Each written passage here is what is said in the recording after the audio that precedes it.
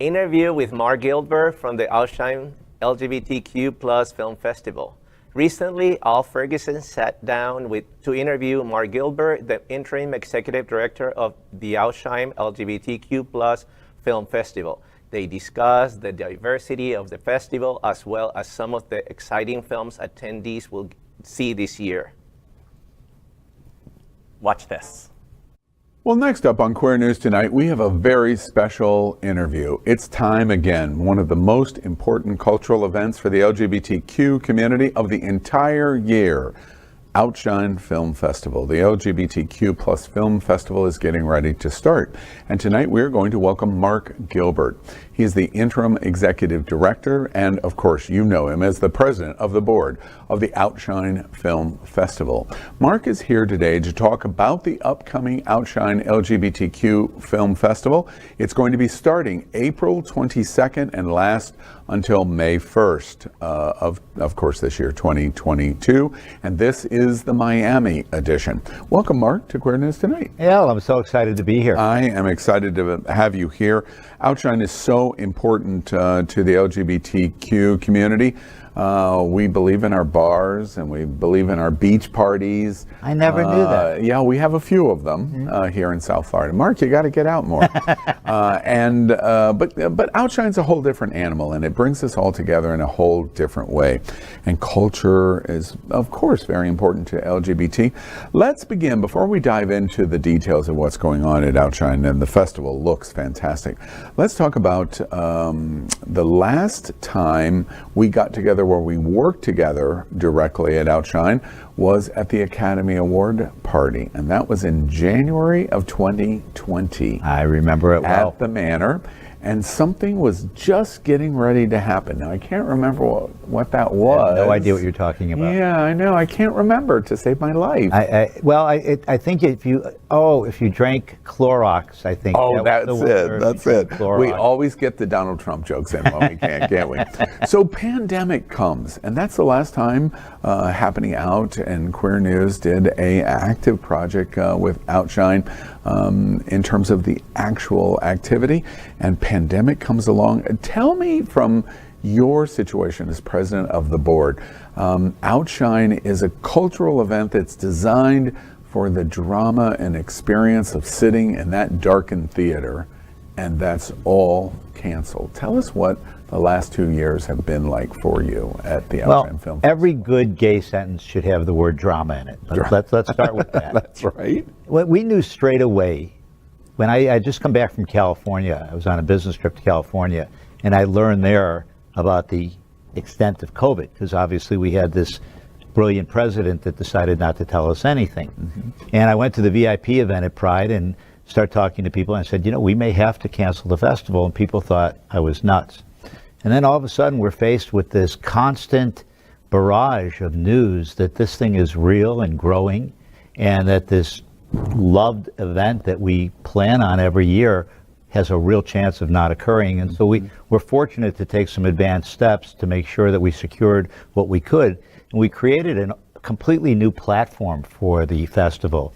And we ended up naming it At Home, Outshine at Home. Right. And we're able to deliver content all through festival, gay content, gay, new LGBTQ+ films at home to everyone. And that was really special for us, and it allowed us to kind of start Mark, a whole new help direction. remind me, because the last 2 years are foggy. Apparently COVID, long-term fog, right?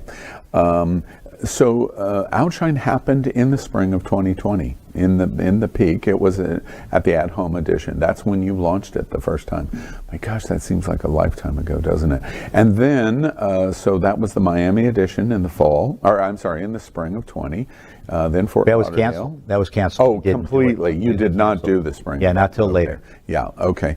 And it's fascinating to me of your response from your seat. You're the board president of this incredibly, if you don't know and you haven't participated, Outshine is one of the most important LGBT cultural experiences in the country. Film festival, it is the absolute top of film festivals. So as the board president, you go through these challenges, and as a 501c3 nonprofit, money just must have completely evaporated. How did y'all get through to, you're sitting there as the board president, even trying to make decisions of how to keep the doors open. How did you get through that time period? Well, I have to give a lot of credit to staff. We had a really wonderful staff, a great board, and they were all involved, and we were discussing this thing. We didn't always agree on the exact strategy that we were going to, pursue, because no one knew. Was it going to last 2 weeks, 4 weeks, maybe as long as 2 or 3 months, right? Nobody had any idea. So we knew that what we had to do was watch our money, and we did that. We were very, very conservative in all of our decisions. But like I was starting to say before, this Outshine at home was critical. Delivering content at home, we saw that other platforms were really expanding their reach. Netflix and Amazon, all of a sudden everybody needed to be able to stay in their home and have a way, shows to watch. And something to do. And something to do. Yeah, right. So we really worked hard on delivering constant content throughout the year, and we did a lot of programming throughout, and we even did some festivals that were virtual. Last fall, you returned to kind of a hybrid, an in-person and still a digital online. Mostly in person, but yeah, you're right. Mostly in person, and you did the modification. I went to many of the films. That was the most active participation I had in the festival, and it was a wonderful experience. How many people had come back and said, nope, we're there for Outshine and we want to see LGBTQ film content. That must have been very rewarding for you last fall to go, okay, we can see some light at the end of the tunnel. Was that how you reacted?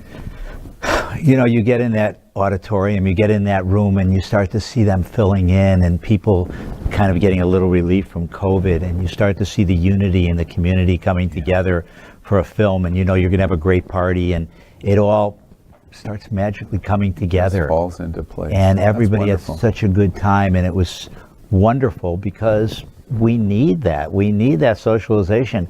I don't know if you know, gays are a very social creature. Really? Yeah. Yeah. You can learn a lot from me. I bet I can. And having... Well, I learned from my elders, so I agree with you. I do. Well said. Touche.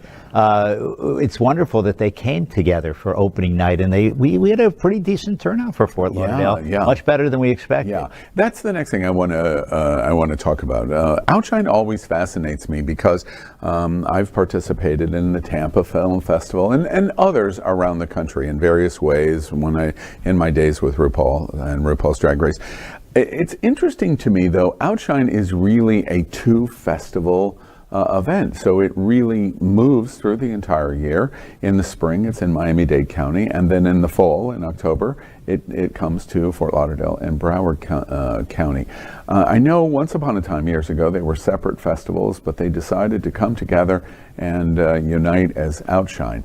Tell us the decision-making that goes in to have Miami edition and Fort Lauderdale edition. So we're coming up on our 24th annual Miami edition, and then in October it'll be our 14th annual Fort Lauderdale edition. Mm-hmm. When I took over on the board about 8 years ago, I decided that Fort Lauderdale was where our growth was. Mm-hmm. And because we were losing so much money at that time, the board didn't totally agree with me. They felt that we were losing money, we need to watch our money, we don't have money, so we're going to cut Fort Lauderdale. And I said, no, we're going to expand Fort Lauderdale. Wow. And we expanded Fort Lauderdale, and we went from 6 days, we went for 8 days, then into 10 days, and we played with that count every year. But we decided that was a major growth area. Look, there's a gay shtetl that lives right down the street from us. Yeah. And you don't get neighborhoods in anywhere like Fort Lauderdale, except maybe San Francisco. Yeah. So we knew that we had to expand here. And it's been such an incredible success because that's the place where people want to go. Yeah. We have a staff in place, so why wouldn't we produce 2 major events a year? That's interesting. And so Miami edition's getting ready to come up and start April 22nd to May 1st, and then in the fall you'll be back to Fort Lauderdale. And exactly, it'll be a whole new film new festivals. Movies, a couple maybe repeats, but a whole new program. So I'm encumbered to ask. You live in Miami-Dade County. I live in Wilton and Fort Lauderdale. Does that make you gayer than me? Yeah. Oh, I'm definitely gayer than you, Mark. And so you've had all of these years' experience. Which is better, the Miami edition or the Fort Lauderdale edition? If you had to choose one of your Sophie's Choice children, which one would you go? Okay, I'm losing you. Okay, I'm going to be honest, because this sounds like a political answer, but they are both so uniquely different. They really are. They're two totally different festivals, yet we're showing movies at both. Yeah. But there's this ambiance and this feel that each one has that's kind of unique. The attendees, the flow, the way people dress, they're really dramatically different for each festival. Right. Miami has a wonderful flair of a little more pizzazz, and Fort Lauderdale's a little more home driven, but both are really great, I think. Since 22 is the year of the midterm elections, we'll allow the political answer to just sit on the table, and I'll move on from there. Let's jump right into the festival itself. All right, the Miami edition is going to start April 22nd. I read you've got this great program book that has lots of information in it. By the way, and I put out right away, Outshine Film Festival. Outshinefilm.com. Outshinefilm.com. You must go there to read all the latest details. Yeah, and you get all of our trailers and everything. Yeah, you get to see everything.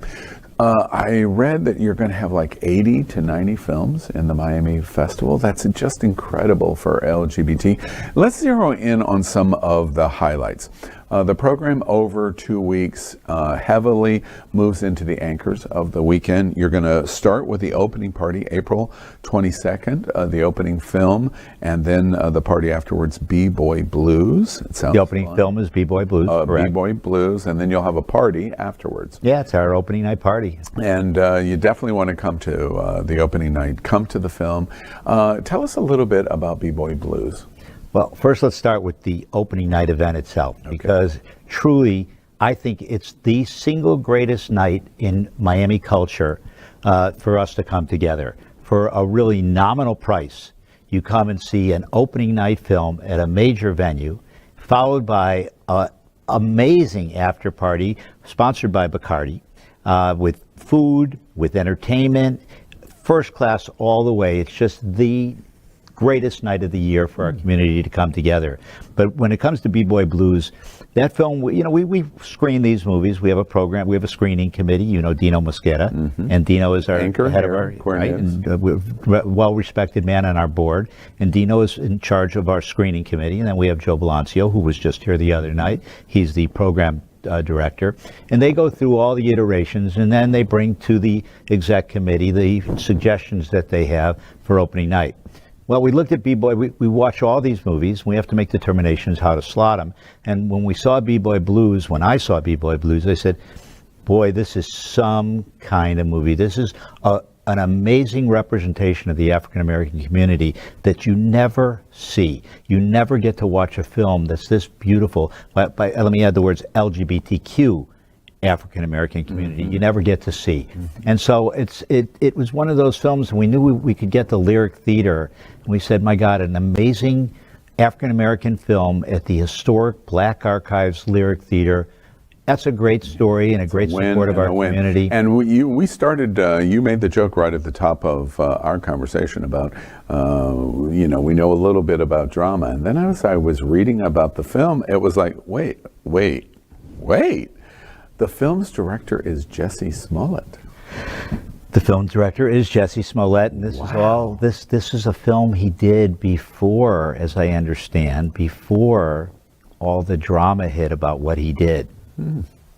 Well, I please forgive me, but I've got to ask: is he coming to the film? Has there been discussion about his participation in the event? There's certainly been discussion, and we figured he'd be in jail, so there wasn't even anything to discuss.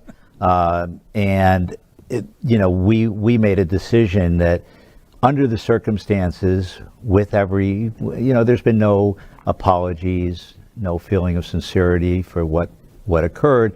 We've made a decision that we would not be inviting him, and if that's pursued, we will stick to our guns. Well, it makes the film all the more interesting. Opening night, April 22nd. Then on the next day, April 23rd, you have a women's spotlight, which I love because you're focusing on the L and women in our community, and the film is Annis in Love. Yeah, and why the commitment to the diversity? It's very easy for us to go, we're gay, white men, and we're not going to worry so much about the diversity. But the Outshine Film Festival really is dedicated to that kind of diversity. Why that commitment? As gay white men, we're a minority as well. Yeah. And I think we have to represent every minority because we all deserve representation. We all go through those same struggles. So when we pick these films, we have a very diverse program that represents international films. It represents the L, the G, the B, the T, the Q, and all the letters that follow after in some way, shape, or form. Women are an integral part of our community. They're the building blocks of our community. Yeah. And it's so important that we show films that give them representation, as well as to the men, as well as to the trans, everything. It's important that all of our community gets to see themselves on the big screen. Yeah. And then April 28th, you have your centerpiece film and event. Faye Wood, I do Queer News Tonight. We're going to Italy together for the historic broadcast in Italy.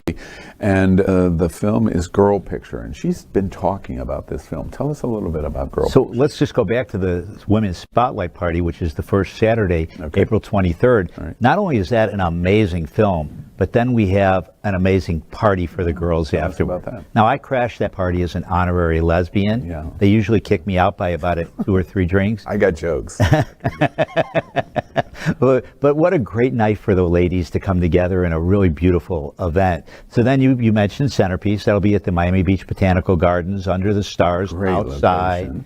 Oh, I love it there so much. And it's the first time we're actually featuring for one of our major gala spots a lesbian film. That's how great this film is. So it's not just for the girls. Even though it's a woman's film, this is a film the boys will love equally as well. And then we do a party afterward, a dessert party where Of course we do a party afterwards. yeah, of course we do. And you know what? The whole idea behind the festival, Al, and it's really important to point this out, is it's not just about the films. It's about us coming together. The social experience. That's exactly sitting in the theater. That's what that's all about. I can watch the film at home. Great if I can, but it's all about the social experience. It's a great feeling in the theater because you get that energy from everybody feeling the same thing. But afterward, you get to sit down and we get to talk. Oh, did you like the movie? Did you not? All of a sudden, you made a new friend. You met somebody new in the community. You introduced to. That's how you meet people. I went to your opening event at the Museum of Discovery Science Center in downtown Fort Lauderdale and watched Firebird, which was an amazing film. And exactly that. I went to that party and I kept asking you and other people connected with Outshine, who's that gentleman and who's that gentleman? I got to meet a lot of interesting gentlemen that night. And you know what came out of that party? Just a little side story real quick. So you may remember that the actors that portrayed Russian, one was actually British, right, and one was actually Ukrainian. And I reached out to the Ukrainian actor because we did a screening at the Cosford Theater at the University of Miami. Right. And I reached out to him after the invasion of Ukraine, and I asked him if he would just give us a little summary, if he could tell us how life was afterward. And he sent us like a 2-minute video clip that we showed before showing the movie Firebird again. Lovely. That was so well received. I actually had tears in my eyes that I had to gather myself for a second because it was so beautiful and emotional. That's a lovely story, Mark. And then I want to move on, make sure I get some of the big highlights and the other big highlights. April 30th, you're going to do the Men's Spotlight and Lonesome. I've heard a lot about this film. It's sexy film. And I don't know why I've heard a lot about this film. I don't know why we pick a sexy film for our Boys Spotlight film. I get very upset when they have to have men that are hot. I know. But the film itself happens to be a great film. We got to do something about that. Yeah, I know Mark, we do. I know we make a promise every year. Yes, I will tell you that. I'm sure you do, Mark. and you know who's the entertainer, the promoter for the event? No. Edison Farrow, who is famed in Miami for Martini Tuesdays and a lot of events like that, and we're doing it at the Palomar on the rooftop. So Saturday night for the boys is going to be hit out of the park. That is a film that'll sell out, and I'm real excited about it. And then you're going to close May 1st, and your closing parties are always fun. You're going to do the film Cop Secret. I don't know this film, and I haven't read much about this film yet, but I love the title. What's it about? So it's these two cops in Iceland, and they're macho, hardcore guys, straight guys. And they are competing for being the best cop, and there's explosions and cop chases and beating people up and the usual things you expect in a thriller like that, the chase, the bad guy. But these two cops kind of find their way, shall we say, no, we shouldn't say. You're not going to reveal. I am not. Okay. But they do. I'm running but the they film do. in my head but right they now. do. Right, I got it. I did get that. Well, Outshine Film Festival, this year's program just sounds fantastic. We're at the Regal, by the way, the Regal on Alton Road. Miami Beach, right? Our headquarters. I remind people that are listening, if you have not been to the Outshine Film Festival, this is the year to do it. 2022 in Miami, and this edition at April 22nd to May 1st, and then in October when it comes back to Fort Lauderdale in the Fort Lauderdale edition. Our 501c3 charitable nonprofit organizations have taken it on the chin. Who can imagine organizations that serve our community in health, in culture, in services that are provided, all kinds of different ways, having to go through what they've gone through in the last 2 years? And you say a 501c3, we're honoring Patricia Velasquez. I don't know if you know her, star of The Mummy, a lot of great movies, who is one of the biggest philanthropists in our community, does so much good for the LGBTQ community, for here in countries like Venezuela, her home country. She's gorgeous. She's just one of the nicest people I know, and we are honoring her too as well on opening night. Excellent, excellent. You can, for the festival, you can get passes that incorporate all kinds of things, the parties, multi-films. You can purchase individual films. You can do films online. In some of the films, you can purchase in-person tickets. There's all kinds of different options available for you. And above all else, this is important for you to support because our community needs your support. And we love film, and we love LGBTQ film. Mark, tell us one more time, how do people get information on the festival? Simply go to the website, outshinefilm.com, or at Outshine Film. Okay, and that's the way to do it. I can't wait. The Miami edition of the Outshine Film Festival, and we'll continue after we finish on the debate of which one is better, Miami-Dade County or Broward County. I suspect Mark's going to win. Well, if I take both, I for sure will win. Exactly. Mark, thank you very much for being with us it's always this a evening pleasure. at Queer News Tonight.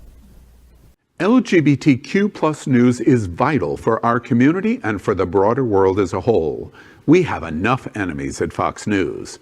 Tucker, Sean, and Laura are loud. We need passionate allies. Happening Out Television Network, Queer News Tonight, and It's Happening Out are literally out of the closet and into the headlines. Our community needs your support. Like this broadcast and subscribe now to ensure the growth of the entire